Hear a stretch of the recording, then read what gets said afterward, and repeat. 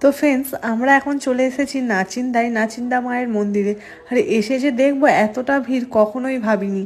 তো আমরা এসেছি আমাদের লালপরি, মানে আমাদের লাল গাড়িটার পুজো দেওয়ার জন্য। আর ওই গাড়িটার পুজো ছিল। আর এইখানে এসে দেখি এখন রাস চলছে। দেখো কত সুন্দর রাস মেলা চলছে, ঠাকুরগুলো কত সুন্দর লাগছে দেখতে। আমরা মানে বুঝতে পারিনি যে এতটা ভিড় হবে। তো আজকে এইখানে ছিল মানে মানে প্রসাদের ব্যবস্থা, প্রসাদ খাওয়ানো হচ্ছে। তো সেই জন্য এতটাই ভিড় কল্পনার বাইরে। আমরা প্রায় মানে মন্দিরে ঢোকার আগে গাড়ি নিয়ে প্রায় রাস্তায় মানে আধ ঘন্টা 45 মিনিটের মতো দাঁড়িয়েছিলাম। তারপর এইখানেও এসেছি, মানে গাড়ি রাস্তায় ছিল আর আমি আর মা একটু আগে থেকে নেমে মন্দিরে এসেছি। এসে এই যে দেখো এখন ঠাকুরমশাইকে জিজ্ঞেস করে নিচ্ছি যে আমাদের গাড়িটা পুজো দেওয়া যাবে কিনা। ঠাকুরমশাই বললো যে মানে গাড়িটা কাছাকাছি এসে একটু সাইড করলে আমরা গিয়ে পুজো করে দিয়ে আসবো। তো এখানে আগে স্লিপ করতে হয়, মানে পুজো দেওয়ার যে স্লিপ কাটতে হয়। তো মা চলে যাবে স্লিপটা কাটতে। আর তারপর স্লিপ কাটার পর দেখো এই যে ঠাকুরমশাই চলে এসেছে আমাদের গাড়িটা পুজো করতে। দেখো এখন যাই হোক, এখন পুজো হচ্ছে। তো ভেবেছিলাম হয়তো পুজোটা আজকে দেওয়াই হবে না, কেননা গাড়িটা যে মন্দিরের সামনে নিয়ে যাওয়া যাবে সেই পজিশনই ছিল না। তো সেই জন্য ওই রাস্তার এই সাইডে দোকানদানি বন্ধ করা ছিল। তো এই যে দেখো দোকান বন্ধ আছে, তো তার সামনেই গাড়িটা একটু সাইড করে রেখে পুজোটা করা হচ্ছে। যে এখানে ঢাকি আছে, ঢাক বাজাচ্ছে আর ঠাকুর মশাই পুজো করছে। আর রাস্তাতে দেখতেই পাচ্ছ কত জ্যাম রয়েছে।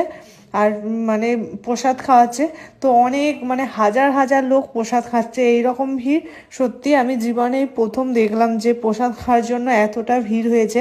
তো এখানকার মানুষও ধারণা করতে পারেনি যে এতটা ভিড় হবে এই বছর প্রসাদ খাওয়ার জন্য। প্রত্যেক বছরই এই রাসমেলার সময় প্রসাদ খাওয়ায়, কিন্তু এর মতো ভিড় আগে কোনোদিনও এখানকার লোকও দেখেনি। তো আমরাও এই ফার্স্ট টাইম দেখলাম যে এতটা ভিড়, যে আমাদের গাড়িটা এইখান থেকে কতটা দূরে আছে। তো এইখান থেকে মানে লাইন পড়েছে, রাস্তার মানে ধার থেকে লাইন আছে প্রসাদ খাওয়ার জন্য। তো আমরা শুধুমাত্র পুজোই দিইনি, পুজো দেওয়ার পর যাই হোক মানে মায়ের আশীর্বাদে পুজোটাও হয়েছে। এতদূর থেকে আমরা এসেছি মায়ের কাছে, তো পুজো দেওয়া হয়ে গেছে। আর শেষে কিন্তু আমরা ভোগ খাওয়াটা মিস করিনি, ভোগ খেয়েছি। তো তারও কিছুটা স্কিপ আছে ভিডিওর মধ্যে, তোমরা পরে দেখতে পাবে।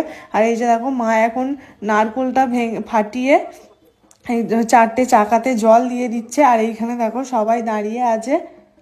আর তোমাদের দাদাভাইকে আমি ফোনটা ধরিয়ে দিলাম আমার একটু ভিডিও স্কিপ নেওয়ার জন্য। আর ওই যে বন্ধুরা তোমরা দেখতে পাচ্ছ যে রাস্তার ওই পারে কতটা লাইন লেগেছে, তোমরা দেখে হয়তো বুঝতেই পারছো। এখন প্রায় 2:45 বাজে, এখনও এতটা ভিড়। আর আমরা মানে লাইন দিয়ে খেতে খেতে প্রায় 4টে বেজে গিয়েছিল। কেননা আমরা এখন পুজো দিয়ে আমরা যাব দীঘাতে, যেহেতু এতটা রাস্তা অতিক্রম করে এসেছি। দীঘা মানে আর একটু গেলেই দীঘা পড়ে যাবে, তো সেই জন্য এত দূর এসেছি। আর যাবো না দীঘায় সেটা হয় না, তো সেই জন্য দীঘায় যাব। আর এই যে দেখো আমরা এখন চলে এসেছি ভোগ খেতে, অনেক লাইন ঠেলে তারপরেই আসতে পেরেছি এইখানে। এই যে দেখো কতটা ভিড়, তোমরা দেখে হয়তো বুঝতেই পারছো। তো চলো বন্ধুরা, আজকের মতো ভিডিওটা এখানে শেষ করছি। সবাই ভালো থাকবে, সুস্থ থাকবে, টাটা।